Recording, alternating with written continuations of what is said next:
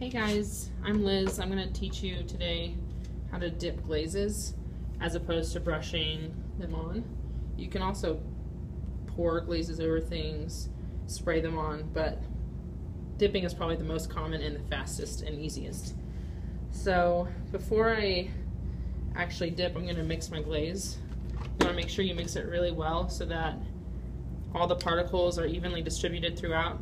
If you don't, then all the particles will be on the bottom and your glaze is not going to get the right application and it's going to look really patchy and you're not going to be very happy with the results. So just take time beforehand to mix it. I use an electric mixer, a drill, but you can use a hand whisk. I can show you one of those. This would be a hand whisk. These just take a little bit longer because you got to do it by hand, but you definitely want to make sure you take the time to do this. Okay, so mix it well. I've already mixed this earlier today, so I don't have to mix it that much, but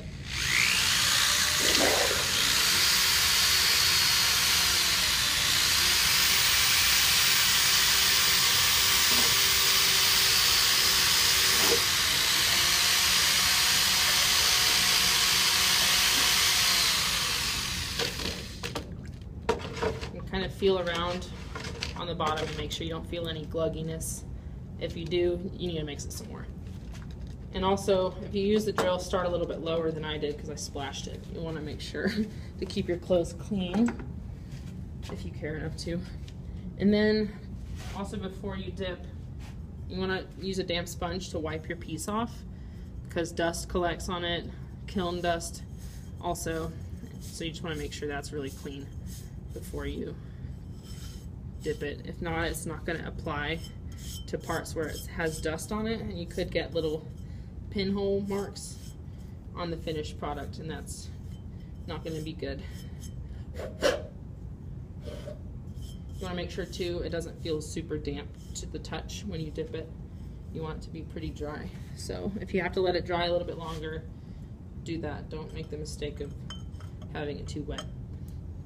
So with pieces that have a volume on the inside, I use, well, a lot of times I use these clamps regardless of if it has a volume or not. But they're tongs. They help grip the piece strongly, but only in a few points. And the parts where it touches, once the glaze has been applied, I'm going to sand those off. And you'll see me do that later. So a piece with a volume, I dip sideways. So I kind of scoop the glaze into it, fully submerge the piece, and then pour it back out. You only want to do this for a few seconds. You don't want to leave it hanging out in the glaze.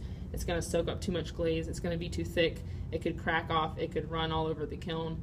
So you really just need one even layer, quick dip to get the right application. So if you can see this here, I'm going to dip and pour it right back out. I'm going to leave that dripping so that it can dry. If I turn it up, I could get a drip mark, and sometimes that doesn't show up and sometimes it does. With this is a clear glaze, it probably would just even out, but if it's another glaze, sometimes if it's thicker in one spot, it looks a little bit different. So you can use that to your advantage, but if you don't want the drip, hold it up like this. And once it's dry, you can't really see from the video, but you'll know when you do this in person, it looks chalky on the outside. You can touch it without marring the surface. So once it's chalky like that, you can set it up and carefully take your tongs off the piece. Try not to scratch up the side. Try to take them, open them, and then pull it out. And then rinse off the tongs. It's just easier if you do it right away. So once that's dry to the touch, you can pick it up and wipe the glaze off the bottom of the piece. This might be kind of hard to see just because it's a clear glaze and white clay, so they look really similar in this video, but I'm gonna twist it on the sponge. You can kind of see the glaze is still there. Make sure that's all the way off. You want the glaze completely off anything that's going to be touching the surface. So make sure you inspect it really well before you put it on the glaze shelf. and also wipe up the sides a little bit. I don't know if you can see that. There's my signature there, but you can wipe up the sides so that the glaze won't run. Some glazes are more likely to run than others. So if you leave about 1/8 to 1/4 inch from the bottom, then it'll have a little bit of room to run. If it's too close and it sticks, you're gonna have a ruined piece. You're gonna ruin the kiln shelf. Miss B's gonna be really mad at you, and you'll be grinding off shelves, and that's not fun. And not to mention, all the time you took to make your piece will be ruined, and that's probably the most disappointing thing. It'll happen, but that's a way to avoid it.